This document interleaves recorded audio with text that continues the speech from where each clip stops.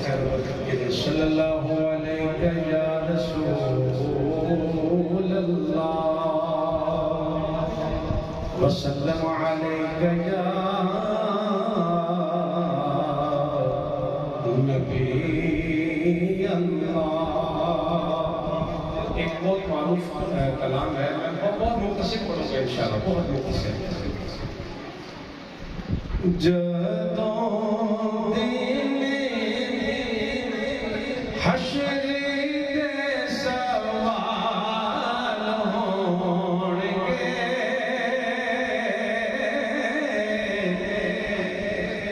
حامی ساجے آمنہ دلال ہوں گے۔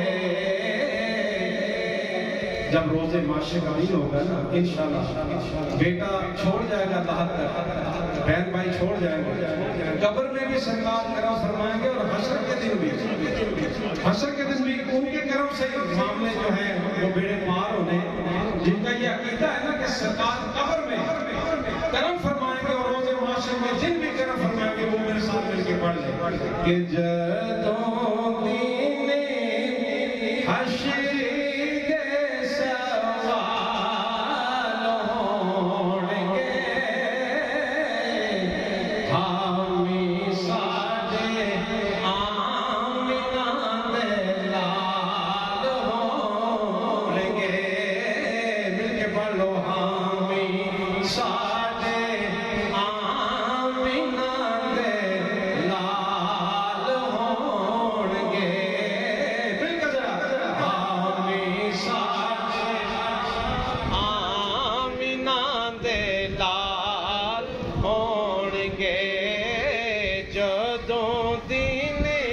حشر دے سوال ہون گے،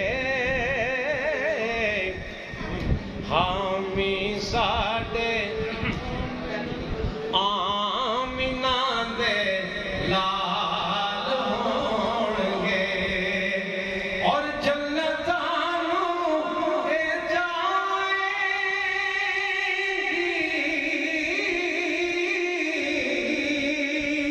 سواری آپ دی جنتانوں اے جائیں گی، سواری آپ دی اگے اگے سیدنا بلال ہون گے، اگے اگے سیدنا بلال ہون گے، حامی ساڈے آمنہ دے مل کے، حامی ساڈے آمنہ دے لال ہون گے، جی حامی ساڈے آمنہ دے لال ہون گے، اور جدوں آئے حیدر قرار ویکھنا،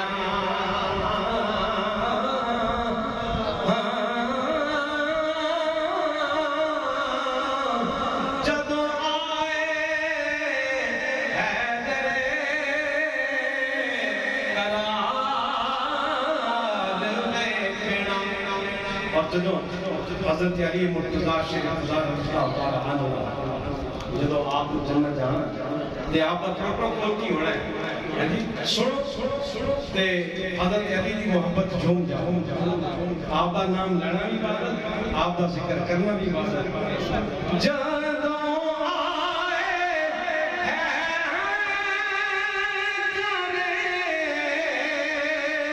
قرار ویکھنا، جدوں آئے قرار ویکھنا، اگے پیچھے غوث تے عبداللہ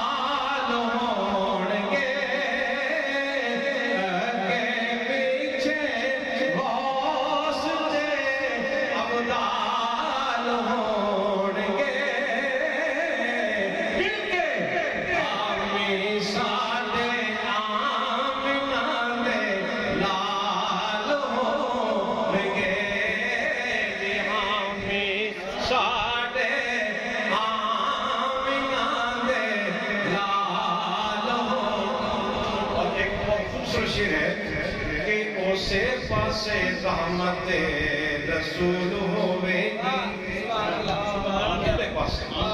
سرکار کی رحمت آج بھی ہے اور قبر میں بھی انشاءاللہ ہمارا عقیدہ ہے ان کی رحمت ہی ہوگی حشر اور شاید کیا کہتا ہے میں کیا سمجھا رہا ہے محبت کی بات ہے او سے پاسے رحمت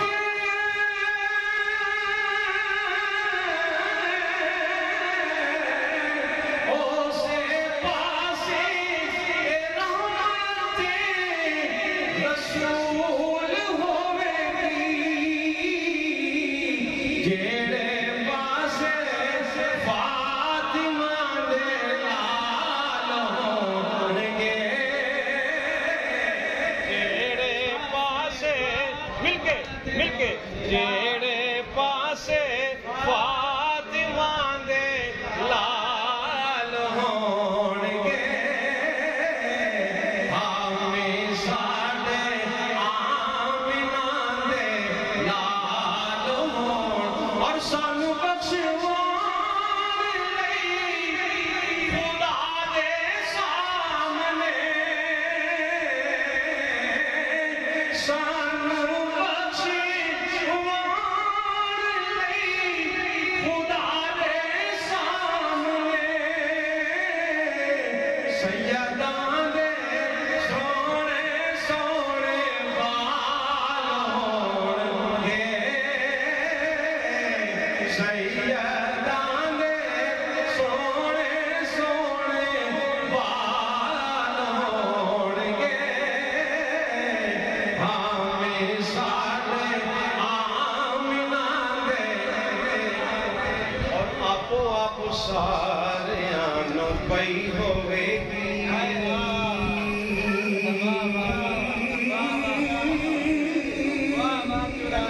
آپ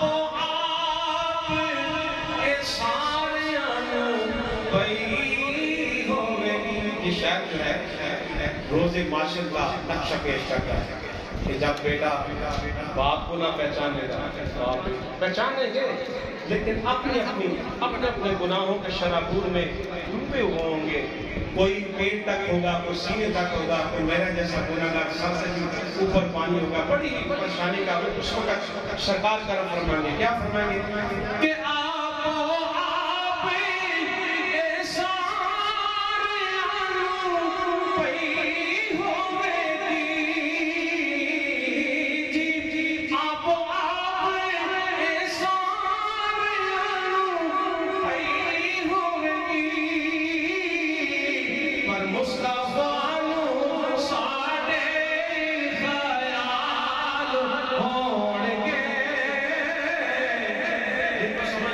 سبحان اللہ پر مصطفیٰ انشاءاللہ ہمارا یہ ایمان ہے کہ مصطفیٰ ساڑے خیال ہوں گے ہمیں ساڑے آمینہ دے انشاءاللہ مل کے پڑھ لو ہمیں ساڑے آمینہ جی حکم آخری شیر اس کا مقصد آخری شیر کہ ہم یہ جو محفل سجاتے ہیں اور کوئی قاری آتا ہے نعت خواں آتا ہے کوئی پروفیسر لیکچرار کوئی سید بادشاہ آتا ہے مزید صاحب آتے ہیں وہ کہتے ہیں حضور پر درود پڑھ یار یہ بڑے نفع کا سودا ہے بڑے منافع کا گھاٹے کا نہیں ویسے بھی میرے آقا کا فرمان ہے کہ جس نے ایک مرتبہ درود پڑھا اس کو 10 نیکیاں بھی ملیں گی 10 گناہ بھی مٹ جائیں گے 10 درجات بھی بلند ہوں گے تو ہم یہ جو محفل سجاتے ہیں ان کا ہمیں فائدہ کیا ہوگا ان کا فائدہ انشاءاللہ ہمیں حضور کی محبت سے حضور کے ذکر سے جنت ملے گی انشاءاللہ کیا کہتے ہیں اللہ تعالیٰ سے کہتے ہیں انشاءاللہ جیڑے سدا آخری شیر کہ جیڑے سدا اے پڑی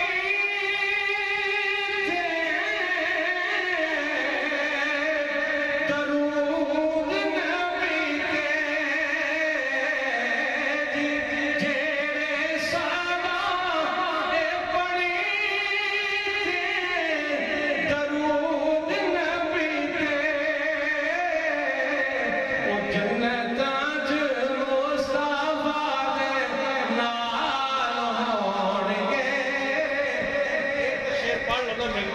او جل جیڑے سادا اے بڑی تھی درود نبی دے جیڑے سادا اے بڑی تھی درود نبی دے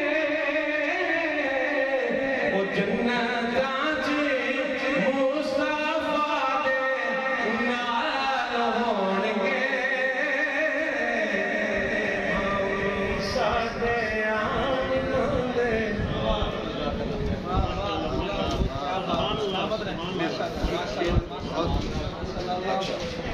ماشاءاللہ سبحان اللہ، بہت ہی خوبصورت آواز۔ اب پیر صاحب کو خطاب سے پہلے جو ملتمس ہوں رانا خالد صاحب کے صاحبزادے رانا عثمان صاحب دو اشعار۔ صلی اللہ علیہ یا رسول اللہ وسلم علیک یا حبیب اللہ صلی اللہ علیہ یا رسول اللہ وسلم علیک یا حبیب اللہ بلغ العلا بکمالہ کشف الدجى بجمالہ بلغ العلا بکمالہ کشف الدجى بجمالہ حسنت جمیع خصالہ صلوا علیہ وآلہ صلوا علیہ وآلہ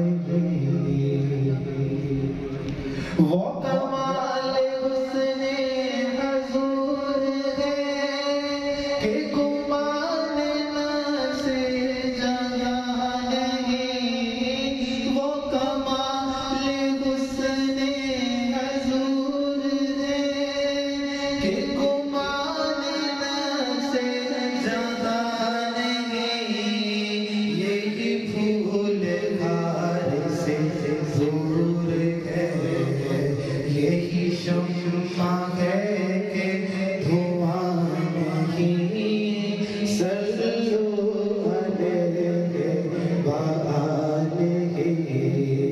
بلغ العلا بکمالہ کشف الدجى بجمالہ کروں تیرے نام پہ جاں فدا، نہ بس ایک جاں دو جہاں فدا، کروں تیرے نام پہ جاں فدا، نہ بس ایک جاں دو جہاں فدا، دو جہاں سے بھی نہیں جی بھرا، کروں کیا کروڑوں جہاں نہیں، صلوا علیہ وآلہ سرگاہ سے طلب ہوئی سوئے مرتضیٰ وہ چلے نبی، سرگاہ سے طلب ہوئی سوئے مرتضیٰ وہ چلے نبی، کوئی حد ہے ان کے عروج کی، کشف الدجى بجمالہ صلوا علیہ وآلہ۔ ماشاءاللہ سبحان اللہ، اللہ پاک برکتیں۔ ان روایات کو پیش کر چکے ہیں، میں اور میرے دیگر اسکالرز دوست بارہا ہم روایات میں پیش کر چکے ہیں کہ حضرت عبد المطلب کو اللہ رب العزت نے یہ سعادت ارزانی فرمائی تھی کہ ویسے تو ہر نبی، ہر رسول حضور علیہ السلام کی آمد کی بشارت دے رہے تھے، جیسے کہ علماء تشریف فرما ہے، میں اشارہ ہی دوں گا کہ حضرت ابراہیم علیہ السلام تعمیر کعبہ کے وقت دعا مانگتے ہیں ربنا وبعث فیہم رسولا، اے ہمارے پاک پروردگار ان میں ایک رسول مبعوث فرما، یعنی حضور کی آمد کی دعائیں حضرت ابراہیم مانگتے ہیں۔ اور حضرت عیسیٰ علیہ نبینا علیہ السلام حضور کے آنے کی بشارت دیتے ہیں۔ سورہ صف کی آیت نمبر 6 کا حصہ ہے۔ حضرت عیسیٰ علیہ السلام کو جب بنی اسرائیل چاہتے ہیں کہ ہم انہیں سولی پر چڑھا دیں، لیکن اللہ رب العزت ان کی حفاظت فرماتے ہوئے انہیں چوتھے آسمان پر رفعت عطا کر دی گئی۔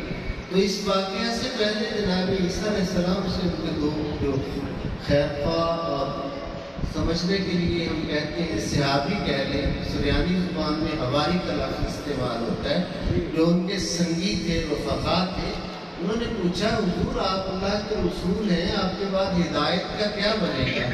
تو انہوں نے جو جواب دیا قرآن پاک نے اس کو بطور وحی نازل کر کے سورہ صف میں ارشاد فرمایا کہ میرا معبود تو وہ ہے جس کے آنے کی بشارتیں جناب عیسیٰ دیتے گئے، وَمُبَشِّرًا بِرَسُولٍ يَأْتِي مِن بَعْدِهِ اسْمُهُ احمد، اور میں بشارت دیتا ہوں اس رسول معظم صلی اللہ علیہ وآلہ وسلم کی جو میرے بعد تشریف لا رہے ہیں، جن کا نام نامی اسم گرامی احمد ہوگا۔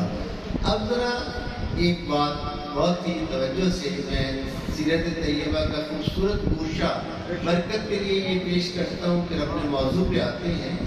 میں نے ایک پروگرام پچھلے دنوں میں کیا، تو اس پروگرام میں میں نے یہ عرض کیا کہ جب بھی اللہ تعالیٰ کسی خاندان کو نبوت و رسالت کی نعمت سے سرفراز فرماتا ہے، آقا تو خاتم النبیین بن کر تشریف لے آئے، اب تو یہ سلسلہ قیامت تک کے لیے ختم ہو گیا، حضور کے بعد کوئی نبی نہیں ہے، لیکن پہلے جب بھی انبیاء تشریف لاتے تھے تو نبی کی نبوت کا سب سے پہلے علم ان کے گھر والوں کو ہوتا ہے جنہیں وہ نعمت دی جا رہی ہے۔ یہی وجہ ہے، یہ جملہ سن کے بات یہی ختم ہو جائے گی، توجہ سے اسے اپنے قلب و ذہن میں جگہ دیجیے۔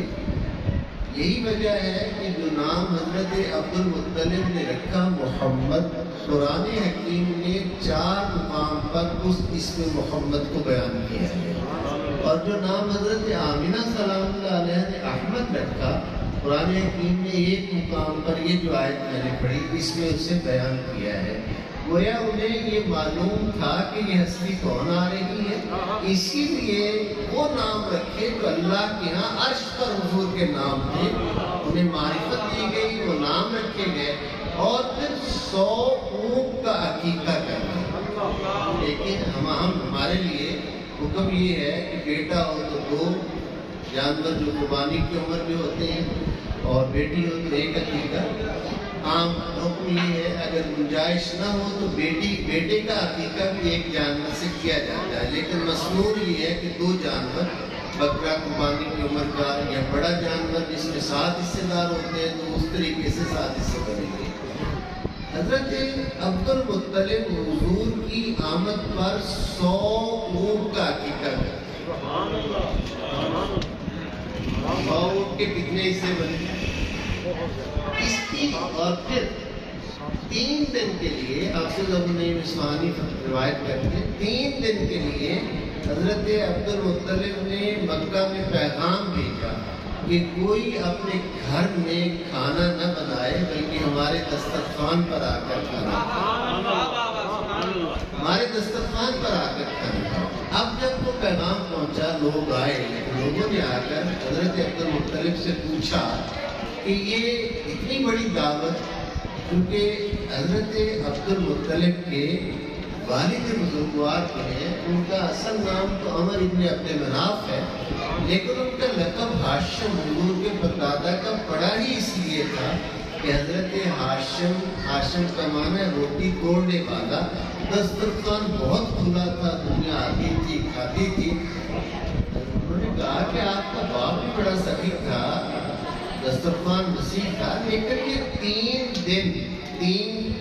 دن 2 ٹائم یعنی 6 ٹائم کا کھانا اہل مکہ مرد و زن آ کر ہمارے دسترخوان پر کھائیں، کوئی گھر میں نہ بنائے، اور اس سے جو گوشت بچا، کوکنگ کا گوشت الگ کر دیا گیا کہ اتنا اس کے لیے چاہیے، جو 100 اونٹ کا گوشت اس میں سے جو بچا، حضرت عبد المطلب نے حکم دیا کہ اس گوشت کو صحرا میں ڈھیریاں لگا دو، پہاڑوں کی چوٹیوں پر اس کی ڈھیریاں لگا دو۔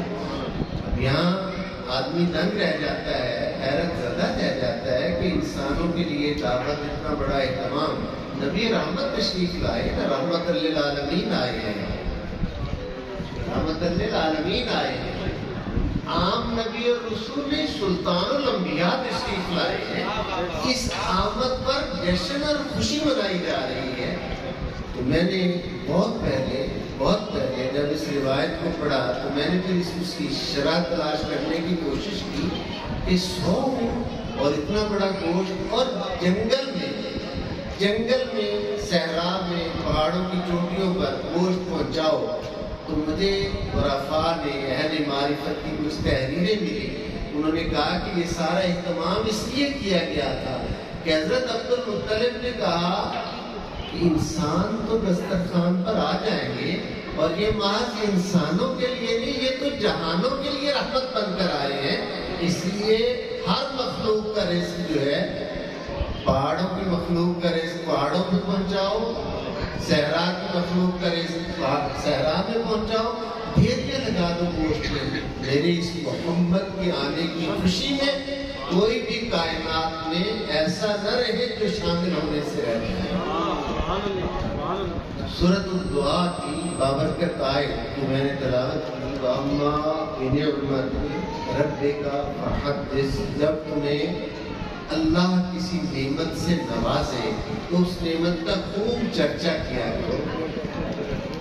15 بہت ہی خوبصورت کلام قاری صاحب نے بھی پڑھا، عزیزم محمد بن محمد نے بھی بہت خوبصورت پڑھا۔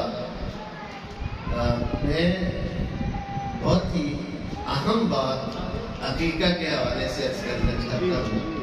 15 رمضان المبارک حضرت امام حسن مصطفیٰ علیہ السلام کی ولادت باسعادت کی تاریخ ہے۔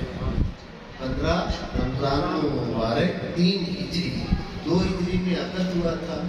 حضرت امیر المومنین مولا علی المرتضیٰ اور حضرت فاطمہ الزہرا سلام اللہ علیہ کا 15 رمضان المبارک۔ اس کی صحت ٹرانسمیشن جو ہماری ہوتی ہے ہمیشہ 2.5-3 گھنٹے کی نشست ہوتی ہے۔ حضرت امام حسن مصطفیٰ علیہ السلام کا ہی تذکرہ، اس میں مختلف ان کی شخصیت کے پہلو ہوتے ہیں، میں اور میرے ساتھی اسکالرز ہم پیش کرتے ہیں۔ میں نے اس بار 15 رمضان مبارک کو، آج 12 ذوالقعدہ ہے، اس بار جب 15 رمضان کو ہمارا پروگرام تھا تو میں نے حضرت امام حسن مصطفیٰ علیہ السلام کے عقیقہ جو حضور نے فرمایا اس پہ بات کرتے ہوئے یہ عرض کیا کہ سرکار کل عالم صلی اللہ علیہ وآلہ وسلم نے 7ویں دن حضرت امام حسن مصطفیٰ علیہ السلام کے سر مبارک کے بال اتروائے، جس سے ہم اپنی زبان میں کیا کہتے ہیں، جنڈ اتروانا جسے ہم کہتے ہیں۔ 7ویں دن ہمارے یہاں عام طور پر تیسرے دن 5ویں دن اتروائی جاتی ہے، لیکن مسنون ہے یہ 7ویں دن۔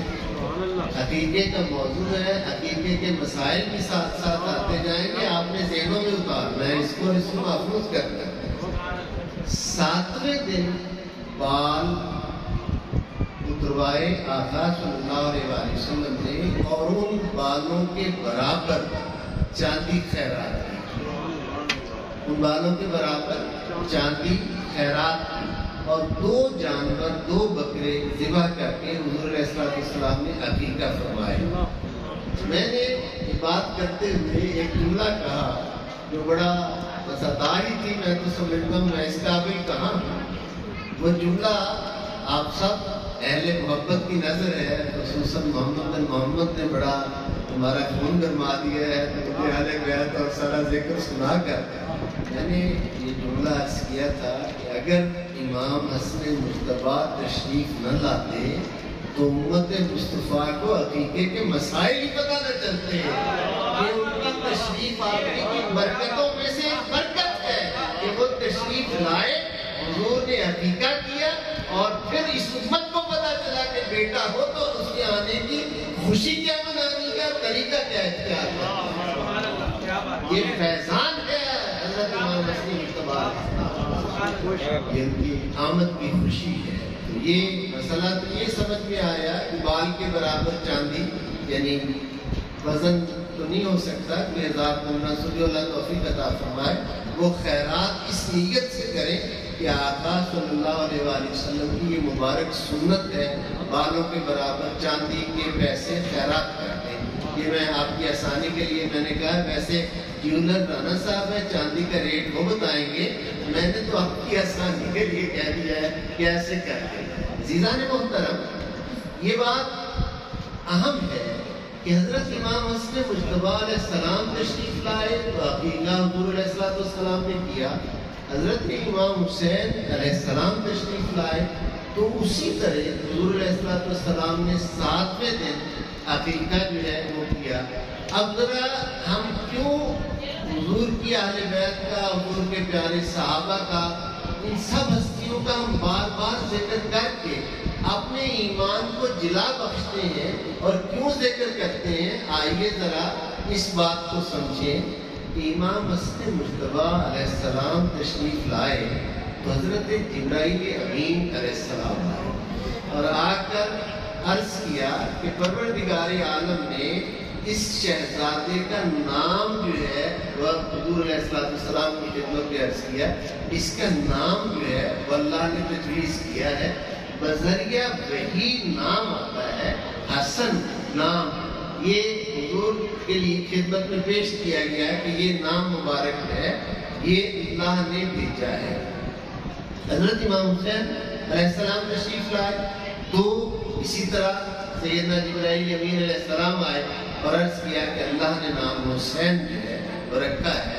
حاضرین محترم، ذرا غور کیجئے، الاصابہ کی اور مست الغابہ کی یہ روایت ہے، حضرت جبرائیل امین علیہ السلام نے عرض کیا آقا اللہ نے یہ نام جو ہے یہ عرش کے پردوں میں چھپا کر رکھے ہیں۔ تاریخ عرب کو اگر آپ دیکھیں، پوری عرب کی تاریخ کو ڈال دیں، نہ آپ کو محمد نام کسی کا ملے گا، نہ علی نام کسی کا ملے گا، نہ حسن نام کسی کا ملے گا، نہ حسین نام کسی کا ملے گا۔ تو جن کے نام بذریعہ وحی آئے ان کی عظمت اور ان کی شان کا احاطہ کون کر سکتا ہے؟ مالک کہے کہ ان کے نام بھی میں عطا کروں گا، انہوں نے کام کیا کرنا ہے وہ بھی میں متعین کروں گا، نام بھی میرا ہوگا، کام بھی میرا ہوگا۔ اے پیارے یہ ہیں ہی میرے، اس لیے آپ انہیں اپنی لعاب طعن چوسنے کے لیے عطا کیجیے۔ اس دنیا میں آتے ہوئے ہم بچوں کو کھجور دیتے ہیں، شہد لگاتے ہیں، گٹی لگاتے ہیں، حضور نے اپنی زبان مبارک، میرے سیدی اعلیٰ حضرت نے کہا وہ زبان جس کو سب کن کی کنجی کہے، وہ زبان جس کو سب کن کی کنجی کہے، اس کی نافذ حکومت پہ لاکھوں سلام۔ وہ زبان جو کن کی کنجی ہے، جس سے ہمارے کن فیکون صادر ہوا، اس زبان کو چوسنے کے لیے حضرت امام حسن مجتبیٰ اور امام حسین علیہ السلام کو وہ زبان، حضرت مولا علی مرتضیٰ کو وہ زبان چوسنے کے لیے سرکار عطا کرتے ہیں۔ حاضرین محترم، موقع تو کچھ اور ہے، لیکن ایک جملہ یہاں کہہ کے اس ذکر عقیدت کو یہاں سمیٹنے کی کوشش کروں۔ ویسے تو جب یہ ذکر چھٹتا ہے پھر کچھ اور یاد ہی نہیں رہتا، اور یاد کیسے رہے جب کسی کے پاس اعلیٰ صرف آ جائے، اچھی چیز آ جائے تو اسے پھر کسی کم کا کب خیال رہتا ہے، کب کسی کا خیال رہتا ہے، باقی باتیں ساری پیچھے رہ جاتی ہیں۔ اللہ کا ذکر، اللہ کے حبیب کا ذکر، حضور کی اہل بیت کا، حضور کے پیارے صحابہ کا، یہ ذکر جو ہے یہ عظمت والا شان والا ذکر ہے، آتا ہے ہمارے دل کھل اٹھتے ہیں کہ یہ وہ مبارک جماعت ہے جو اللہ نے اپنے حبیب کو عطا کی، یہ وہ مبارک اولاد ہے جو اللہ نے اپنے حبیب کو عطا کی، یہ وہ مبارک نسب ہے جو اللہ نے اپنے حبیب کو عطا فرمایا، یہ وہ شانوں والا گھرانہ ہے جو اللہ نے اپنے حبیب کو عطا فرمایا۔ بیٹی ہانیہ کی پیدائش ہوئی ہے۔ میں ایک اس حوالہ سے ایک روایت حضرت سیدہ زینب سلام اللہ علیہ کے حوالہ سے عرض کروں۔ ہم اس پر پروگرام کر رہے تھے، میرے چونکہ 92 نیوز پیپر میں پورے صفحے کے مضامین بھی چھپتے ہیں۔ جب پہلا مضمون چھپا تو اس میں نے حضرت سیدہ زینب سلام اللہ علیہ کے نام مبارک کا ذکر کرتے ہوئے لکھا کہ حضرت بی بی زینب کا نام سرکار نے 5 ہجری میں ان کی ولادت ہوئی، ان کا نام حضور نے زینب 2 الفاظ کا مرکب ہے، زین اب جو باپ کی زینت ہے، یعنی کہ جس معاشرہ میں بیٹیاں زندہ دفن کر دی جاتی تھی، میرے رحمت للعالمین آقا پیغام دے رہے ہیں بیٹی باپ کے لیے باعث عار نہیں ہے، بیٹی باپ کے گھر کی زینت ہے، یہ پیغام دیا جا رہا ہے۔ حضرت بی بی فاطمہ زہرا سلام اللہ علیہ پہ ایک پروگرام ہمارا ہوا تھا، یہ ساری چیزیں آپ صبح کو پورے صحت پروگرام 24 نیوز کے آپ نکالیں تو سب کچھ ان میں موجود ہے۔ اور یہ ساری دیکھیں، ایک بات میں علماء کے درمیان کر رہا ہوں تو علماء کے درمیان کر رہا ہوں تو مجھے اپنی ذمہ داری کا احساس ہے کہ یہ بات مجھ سے پوچھی جائے تو میں نے کہاں سے بیان کر رہا ہوں مجھے بتانی پڑے گی۔ جب ہم نیشنل میڈیا پہ بیٹھ کے بات کرتے ہیں تو ذمہ داری کو 1000 گنا بڑھ جاتی ہے، کوئی بات بے سبب نہیں کی جاتی، ہر بات کا کوئی پوری ریسرچ اس کے پیچھے موجود ہوتی ہے۔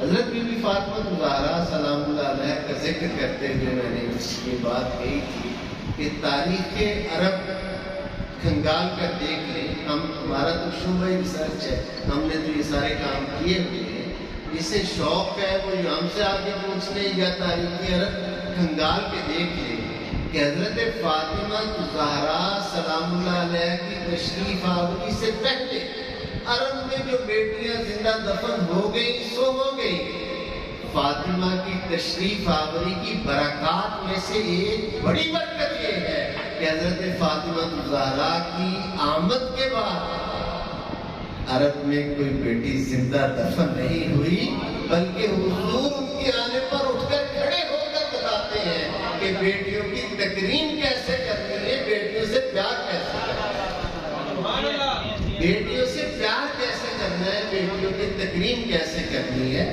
نام زینب رکھ کر جو ہے وہ ایک چند سال پہلے ایک ہفتہ ایسا آیا، ایک ہفتہ لاہور میں ایسا آیا، پورا لاہور بھرا ہوا تھا، مال روڈ میں بینر لگے ہوئے تھے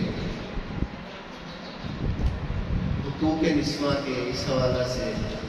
آپ سمجھتے ہیں میں نے ایک اشارہ دے دیا کہ کیا ماحول تھا۔ اب میں جب پروگرام کے لیے پہنچا تو جسٹس صاحب کے ساتھ پروگرام کرنا بڑا مشکل ہے، وہ مشکل اس لیے ہے ان کا پتہ نہیں چلتا، انہوں نے آن ایئر ہم بیٹھے ہیں، انہوں نے آن ایئر کون سا سوال کس طرف بات کو موڑتے ہیں۔ ایک بندہ پوری زندگی وکیل رہا، لفظ چنتا رہا، پوری زندگی جج رہا، فیصلے لکھ کے ایک لفظ کا انتخاب بھی ایک سوچ کے کرتا رہا، اس آدمی کے ساتھ بیٹھ کر بات کرنا بہت مشکل ہے۔ یعنی مشکل سے مراد یہ کہ ہمارے دماغ کی انرجی جو ہم 2-3 پروگرام میں نہیں کرتے اتنا جتنا ان کے ساتھ ایک پروگرام میں کرتا۔ خیر، انہوں نے مجھے کہا کہ آج ہم نے اس پہ بات کرنی ہے، ٹاپک ہمیں صرف سوال نہیں بتائے جاتے، کسی بھی پروگرام میں سوال پلانٹڈ نہیں ہوتے، صرف ٹاپک دیا ہوتا ہے کہ اس پہ گفتگو ہوگی، میزبان بھی تیاری کر کے آتا ہے، ہم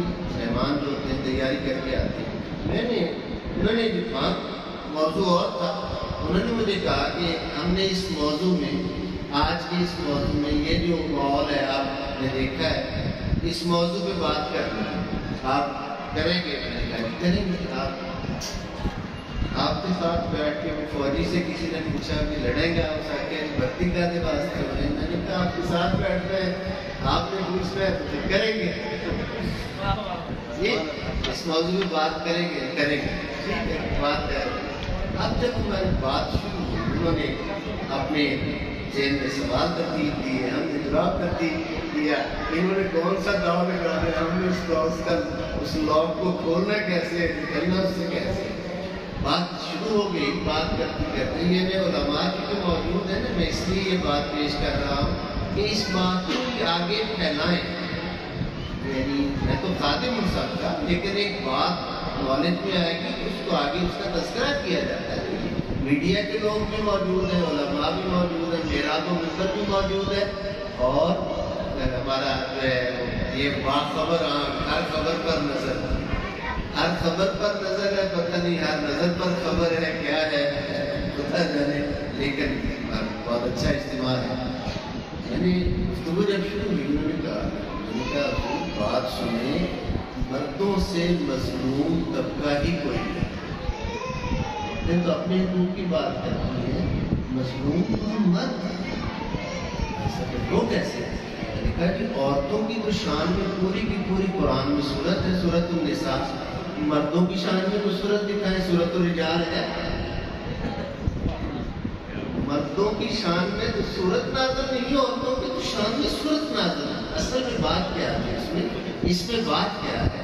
بات یہ ہے کہ اسلام سے پہلے عورت کے کوئی حقوق نہیں تھے، اسلام نے وراثت کا حق عورت کو دیا۔ سورۃ النساء کی آیت کے بابرکت الفاظ، للذکر مثل حظ الانثیین، تمہارے ایک بیٹے کا حصہ دو بیٹیوں کے برابر ہے، یعنی اسلام وراثت کا حقدار بیٹی کو قرار دے رہا ہے۔ اس سے پہلے بیٹی کی وراثت کا کوئی تصور نہ تھا، بیٹی کا نام اچھا رکھنا، ہر چیز اس میں اس کا ذکر کیا جاتا ہے۔ اب چلے ہم عقیقہ پہ آتے ہیں۔ ایک چیز جو آپ اکثر سنتے ہیں، حقوق والدین، جب بھی کہیں انتقال ہوتا ہے، ہمارے علماء خطبہ والد کی یہ شان ہے، والدہ کی یہ شان ہے، حقوق والدین پر بات ہوتی ہے۔ ایک ہے حقوق والدین، ایک ہے حقوق اولاد۔ حقوق اولاد میں کبھی بات نہیں ہوتی۔ حقوق اولاد میں سے ایک حق تو یہ ہو گیا کہ ولیمہ کرنا، دوسرا حق جو ہے وہ یہ ہے کہ بیٹے اور بیٹی کا نام اسلامی بامانہ رکھنا۔ نام جو ہے یہ ایسی چیز ہے، نام ہم رکھتے وقت یہ کہتے ہیں کہ یونیک ہونا چاہیے، ایسا ہو میرا لکھن والا بندہ بھی اوکھا ہوگا، لمن والا بندہ بھی اوکھا ہوگا، یہ وجہ نہ رکھنا۔ نام کا انسانی زندگی پر بہت زیادہ اثر ہے۔ میں بخاری شریف سے ایک حدیث پیش کرتا ہوں، سمری چھوٹی سی۔ حضرت مسیب رضی اللہ تعالیٰ عنہ خیر التابعین میں بہت بڑی ہستی ہیں، ان کے والد حضرت مسیب صحابی ہیں۔ حضرت مسیب کے والد یعنی مسیب بن حزن، یہ فتح مکہ کے وقت باپ بیٹا دونوں حاضر ہوئے، مسلمان ہوئے۔ حضور علیہ السلام نے نام پوچھا تو انہوں نے عرض کیا میرا نام حزن ہے۔ حزن کا معنی ہے غم، حزن کا معنی ہے غم۔ آقا علیہ السلام نے فرمایا تم اپنا نام تبدیل کرو، اپنا نام تبدیل کرو۔ اب بھی دیکھیں صحابہ کی معذلہ منفی سوچ میں نہیں جانا، ابھی اسلام کو قبول کیا، تربیت کے مراحل نہیں۔ یہی بات حضرت ابوبکر صدیق کو کہی جاتی تو وہ 10 نام تبدیل کرنے کے لیے تیار تھے، کیونکہ تربیت کا عمل مکمل ہو چکا۔ یہ ابھی فوراً اسلام کے لیے آئے، انہوں نے آگے سے صحیح بخاری ہی کے الفاظ ہیں، انہوں نے آگے سے عرض کیا میں اپنے باپ کا رکھا ہوا نام نہیں بدلوں گا۔ حضرت سعید بن مسیب کہتے ہیں کہ جب تک دادا حیات رہے ہمارے گھر سے تنگی، غم اور پریشانی نہیں گئی۔ سمجھ آئیے بات کو یا نہیں آئی؟ یعنی حزن نام حضور نے فرمایا تبدیل کرو۔ انہوں نے آگے سے معذرت کی کہ میرے باپ نے رکھا ہے میں تبدیل نہیں کرتا۔ میں نے اس کی لاجک بھی بتائی ہے کہ ابھی تربیت کا عمل مکمل نہیں تھا۔ جن خوش نصیب صحابہ کی تربیت ہو چکی تھی انہیں تو جو آقا کہتے تھے وہ فوراً حاضر ہوتے تھے. انہوں نے عرض کیا میں نام نہیں بدلوں گا. جب تک زندہ رہے گھر سے پریشانی نہیں کی. سیاہ ستہ جو ہماری حدیث کی 6 معتبر ترین کتابیں ہیں، سیاہ ستہ میں باب الاسامی موجود ہے. باب الاسامی کا مطلب ہے نام کیسے رکھنے ہیں، کنیت کیسے رکھنی ہے. وہ ہستیاں تو وہاں رہ گئی ہیں جن کی شان یہ ہے کہ عرش سے نام آئے ہیں، ان کی تو شان ان کے ساتھ خاص ہے. لیکن یہاں ہمیں حکم یہ ہے کہ بیٹے بیٹیوں کے نام بامقصد اور اسلامی رکھیں. حضرت زہرا کی شان تو ان کے ساتھ خاص ہے. یہ نصیر الدین گیلانی علیہ رحمت کہتے ہیں زہرا کو عطا ہوئی جو شان اعلیٰ، زہرا کو عطا ہوئی جو شان اعلیٰ، سمجھے گا اسے کوئی مقدر والا. زہرا کو عطا ہوئی جو شان اعلیٰ، سمجھے گا اسے کوئی مقدر والا. امید سفارش ان سے رکھتا ہے نصیب، زہرا کا کہا مصطفیٰ نے نہ ڈالا. امید سفارش ان سے رکھتا ہے نصیب، زہرا کا کہا مصطفیٰ نے نہ ڈالا. صلی اللہ علیہ وآلہ وسلم. گویا جناب سیدہ جو کہیں وہ حضور علیہ السلام اپنی ان کی بات کبھی نہ اس زندگی میں ڈالی ہے نہ حضور آخرت میں اس بات کو ڈالیں گے. تو 2-3 چیزیں سمجھ میں آ گئی. اولاد کے حقوق میں سے ایک تو عقیقہ کرنا، 7ویں دن بال کمانا اور کچھ رقم اس نیت سے خیرات کر دینا، فقراء اور مساکین میں بانٹ دینا. یہ حضور کی سنت ہے، بالوں کے برابر چاندی خیرات کرنا. جب آپ نیت کر لیں گے تو رقم کی کمی بیشی نہیں. اللہ کوالٹی کو دیکھتا ہے، کوانٹٹی کو نہیں دیکھتا. میں نے کیا کہا ہے؟ اللہ کوالٹی کو دیکھتا ہے، کوانٹٹی کو نہیں دیکھتا. نیت کے اخلاص کو دیکھا جائے گا. اب اس کے ساتھ دوسری بات جو آپ نے آج کی اس تقریب میں عقیقہ کے حوالہ سے سمجھی اور سمجھنے کی کوشش کی، اور میں امید کرتا ہوں کہ آپ کے ذہنوں میں رہے گا، وہ ہے بیٹے بیٹی کا نام بامقصد اسلامی رکھنا. اور تاریخ پیدائش کے مطابق اگر کسی اللہ والے سے پوچھ کے رکھا جائے تو وہ تو ایک اور بڑی بات ہے. ایسٹرولوجی علم فلکیات ہے، یہ باقاعدہ پیغمبرانہ علم ہے. عام لوگ یہ سمجھتے ہیں یہ شاید ہندوؤں کا علم ہے. حضرت ادریس علیہ السلام تو اللہ کے نبی ہیں جن پر سب سے پہلے اللہ نے نجوم کا علم اتارا. میں نجومی کی بات نہیں کر رہا، نجومی کی بات نہیں کر رہا، وہ آپ کا انتخاب ہے کہ آپ کس نجومی کو چنتے ہیں. میں نجوم کی بات کر رہا ہوں، فلکیات، ایسٹرولوجی. یہ علم سب سے پہلے یہ حضرت نوح علیہ السلام سے بھی پہلے کے نبی ہیں، حضرت ادریس علیہ السلام. یہ خیاطت کا علم، ٹیلرنگ، کپڑے بنانا، کپڑے بننا، روئی کو دھاگے میں بدلنا، اور سوئی نیڈل کے بانی موجودہ سائنس بھی حضرت ادریس علیہ السلام کو باندھی ہے. خیاطت، درزی بنا، یہ سارے کام حضرت ادریس علیہ السلام نے شروع کیے. اس سے پہلے لوگ جانوروں کی کھالیں یا درختوں کے پتوں سے اپنے جسم کو ڈھانپا کرتے تھے. یہ ساری چیزیں آپ نے اگر تاریخ پیدائش کے حوالے سے نام رکھا جائے تو یہ بھی بہت بہتر ہوتا ہے. چلیں وہ ایک اپنی جگہ کی بات ہے. ایک آخری اور انتہائی اہم بات جو بار بار ذکر ہوا کہ درود پڑھے، اس میں ایک قطع بھی، ایک چھوٹا سا قطع بھی اور ایک اپنی کہی ہوئی بات اس کو آپ کے سامنے میں دہرانا چاہتا ہوں. قطع تو خوبصورت یہ ہے کہ ہمارا رب لا شریک ہے، وحدہ لا شریک ہے، اور اس نے ہمیں یہ حکم دیا ہے سورۃ الاحزاب کی مبارک آیت میں، ان اللہ و ملائکتہ، بے شک اللہ اور اس کے تمام فرشتے یصلون علی النبی، درود بھیجتے ہیں نبی صلی اللہ علیہ وآلہ وسلم پر. حضور علیہ السلام کا درود پڑھنا یہ کتنی فضیلت کا عمل ہے. کرم جوال نبی کا شریک ہوتا ہے، بگڑ کے بھی ہر کام ٹھیک ہوتا ہے. درود محمد و آل محمد کی یہ فضیلت ہے کہ لا شریک بھی اس میں شریک ہوتا ہے، لا شریک بھی اس میں شریک ہوتا ہے۔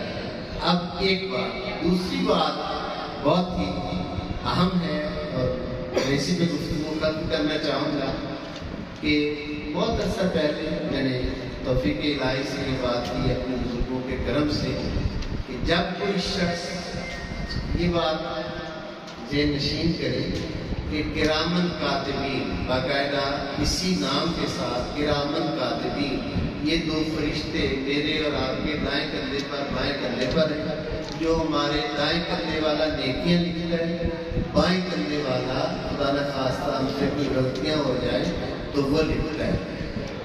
اب کرامن کاتبین کی شان یہ ہے، پوری توجہ 90% سے کام نہیں چلے گا، بات آخری ہے، میں نے گفتگو ختم کر دی، 100% توجہ آپ کی چاہیے، بات بڑی اہم ہے، غیر اہم ویسے میں نے کوئی بھی نہیں کی لیکن یہ زیادہ اہم ہے، خلاصہ ایسا آقا علیہ السلام نے فرمایا جب کوئی شخص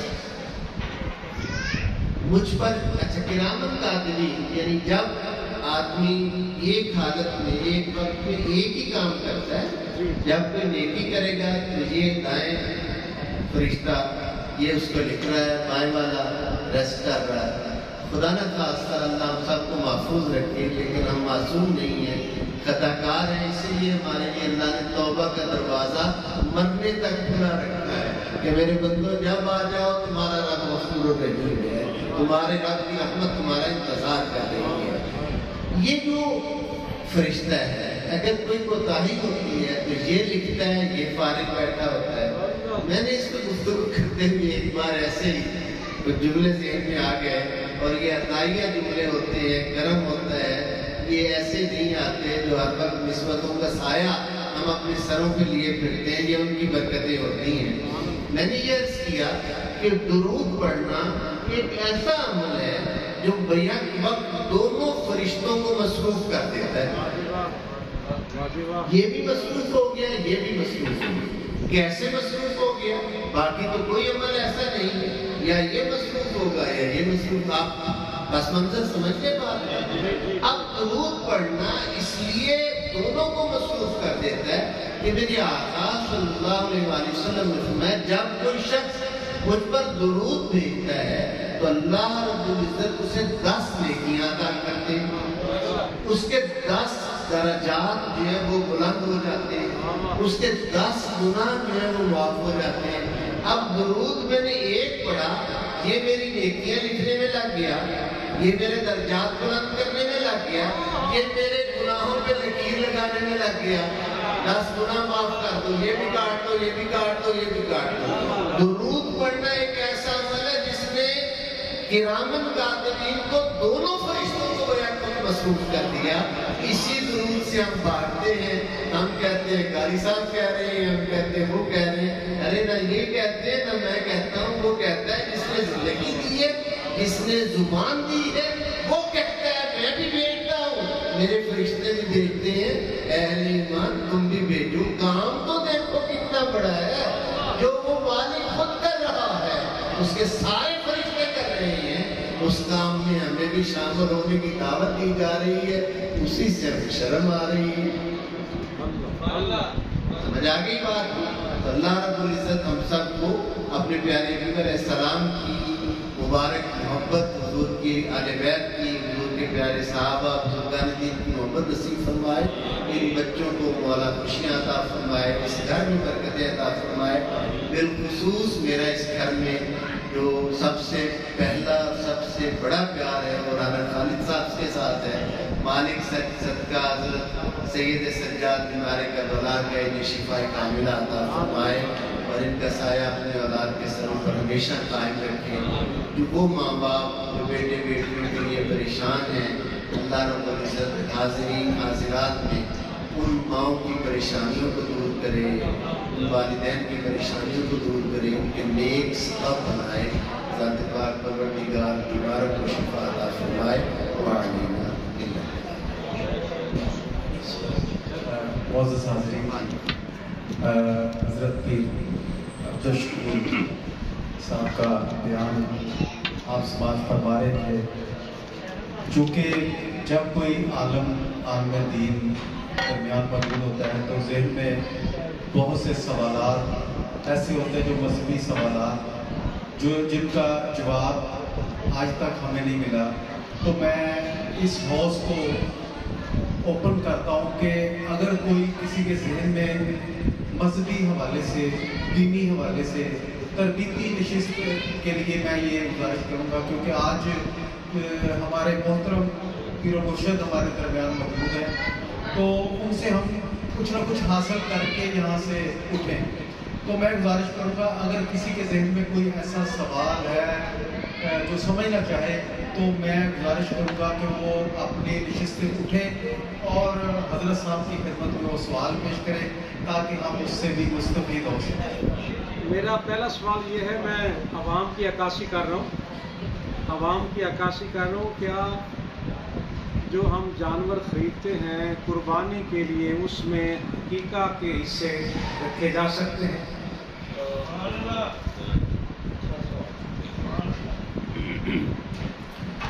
جی، فقہ حنفی کی روح سے یہ قربانی کے حصے جو ہیں وہ عقیقہ کے حصے قربانی میں شامل کیے جا سکتے ہیں.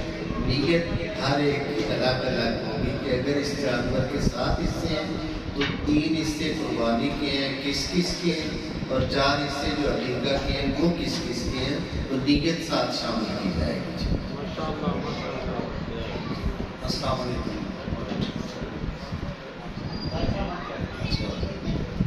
فجر کی نماز کھڑی ہے، ایک بندہ پچھوں آگا قاری صاحب تو نال بنا رہے ہو، یہ لفظ کہنا جائز ہے؟ نماز فجر کے بارے میں کئی سارے مغالطے ہیں. میں چاہتا ہوں جلدی 2-3 باتیں جو ہیں وہ میں عرض کرتا ہوں.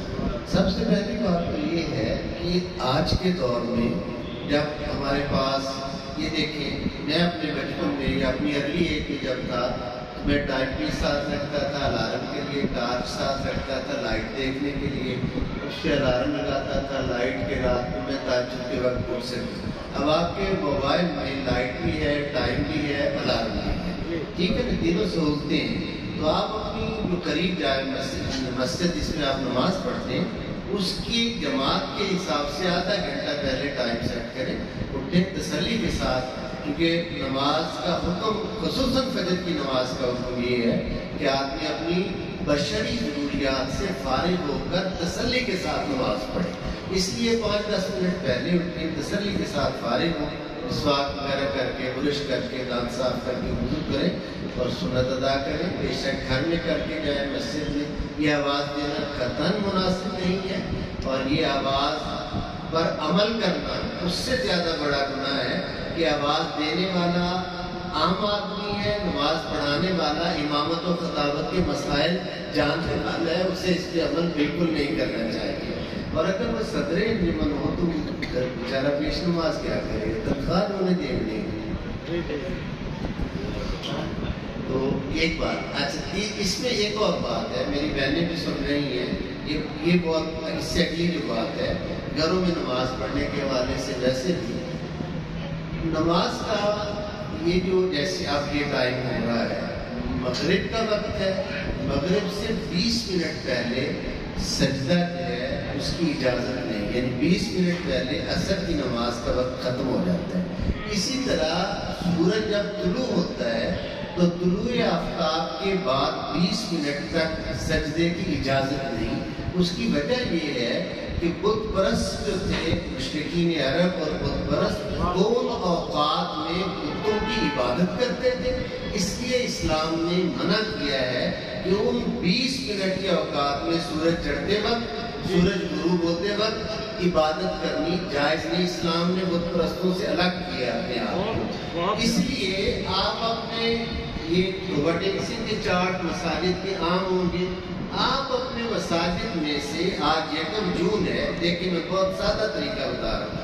آپ مسجد میں جو نماز کا چارٹ لگا ہوا ہے آپ اپنے موبائل پہ سکین کر لیں. جون کے مہینے کو سکین کر کے گھر میں لائیں، فیملی سے شیئر کریں، وہ بھی اپنے موبائل میں ٹائم سیو کر لیں کہ 2 جون کو 3 جون صبح ہونے 3 جون کا سورج کتنے بجے طلوع ہونا ہے. کیونکہ ہم اتنے جلدی ہم نے دیکھا بھی اندھیرا ہے, لگتا ہے سورج طلوع نہیں ہوا, ہم نے نماز پڑھی. اور وہ جو 20 منٹ کا ٹائم ہے اس میں نماز منع ہے, اس کا اندازہ نہیں ہوتا. اس لیے جب آپ کے پاس ایگزیکٹ ٹائم ہوگا, سورج کو تب دیکھا جاتا تھا جب گھڑی نہیں ہوتی تھی. اب کوئی چاند دیکھتا ہے, ہر کوئی رویت اعلان کمیٹی کے اعلان کا منتظر ہوتا ہے. تو اب سمجھ آ رہی ہے, اب اس میں ٹائم ہوگا آپ کے پاس کہ اس تاریخ کو فجر طلوع آفتاب کتنے وقت ہوا, اس کے بعد 20 منٹ آپ نماز نہیں پڑھیں گے. 20 منٹ کے بعد یعنی فجر تو ویسے ہی قضا ہو چکی ہے, سورج طلوع ہونے تک فجر کا وقت ہے. 20 منٹ گزار کے پھر اس کے بعد آپ فجر کی نماز پڑھیں. میں یہ بہت اہم مسئلہ تھا جو عام بیان کیا ہی نہیں جاتا, میں نے اس لیے اس کی وجہ بھی بیان کی ہے کہ وہ کیوں نہیں پڑھنی, اور وہ ٹائم بھی بیان کیا ہے. یہ آسان طریقہ ہے, آپ چارٹ کو سکین کر لیں, پورے مہینے کا چارٹ, 5 نمازوں کا ٹائم. ابھی ہم دیکھیں گے, چھوٹی سی مثال ہے. ہم یہاں حاضر ہوئے تو 5 بجے تھے, تو ہمارا پروگرام کچھ لیٹ ہوا, یعنی رانا صاحب نے کہا کہ 5:30 بجے عصر کی جماعت ہوگی. میں نے کہا 5:15 کیونکہ وقت ہو جاتا ہے, اذان ہو جاتی ہے, تو ہم اذان کے ساتھ ہی نماز پڑھ لیتے ہیں. قاری صاحب نے اذان پڑھی, اوپر ہم گئے نماز, اذان ٹائم پہ تھی, ٹائم شروع ہونے پہ اذان پڑھی تھی, اور شروع ہوتے ہی ہم نے ساتھ نماز پڑھ لی کیونکہ وقت ہو گیا تھا. اور ہم آپ کے سامنے اس طرح چیزوں کو مینج تب کریں گے جب ہمارے پاس اصل اوقات ہوں گے. میقات جو ہے, ٹائم جو ہے, اس کا ہونا بہت ضروری ہے. یہ جواب کچھ لمبا ہو گیا اور وہ بات ہے, لیکن یہ ضروری تھا اس طرح سے. عشاء کی نماز بغیر جماعت کے پڑھ لی گئی, اس کے بعد عشاء کی نماز بے جماعت کے ساتھ نکلی, گھر میں پڑھ لی, پھر اتفاق سے مسجد کی قریب سے گزرا, جماعت ہو رہی تھی, اب وہ عشاء کی نماز دوبارہ پڑھ سکتا ہے؟ فجر اور عصر کی نمازیں 2 نمازیں ایسی ہیں. فجر کی نماز کے بعد جیسے میں نے ٹائم بتایا طلوع آفتاب اور 20 منٹ, اس وقت تک نماز فجر کے بعد سجدہ نہیں ہوگا. عصر کی نماز کے بعد بھی نمازیں اگر آپ پڑھ چکے ہیں تو مغرب کی نماز تک سجدہ نہیں ہوگا, مغرب کے بعد ہوگا. یہ سوال ہے عشاء کی نماز کے متعلق, میں نے فجر اور عصر سمجھانے کے لیے بتائیں. عشاء کی نماز فرض آپ نے پڑھ لی, مسجد میں جماعت میں ہے, آپ کا دل چاہا اللہ کی عبادت کرنا تو آپ فرض کی نہیں نفل کی نیت کر کے اس میں شامل ہو سکتے ہیں.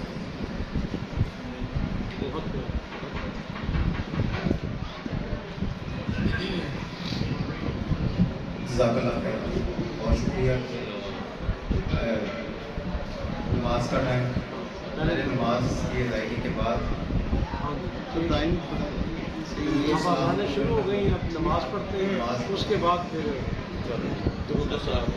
ہو گیا بس اذانیں شروع ہو گئی. نماز چلو جیسے نہیں, اگر کرنا ہے تو ایک شعر ابھی پڑھ. جی جی ایک شعر درود و سلام کے لیے ایک شعر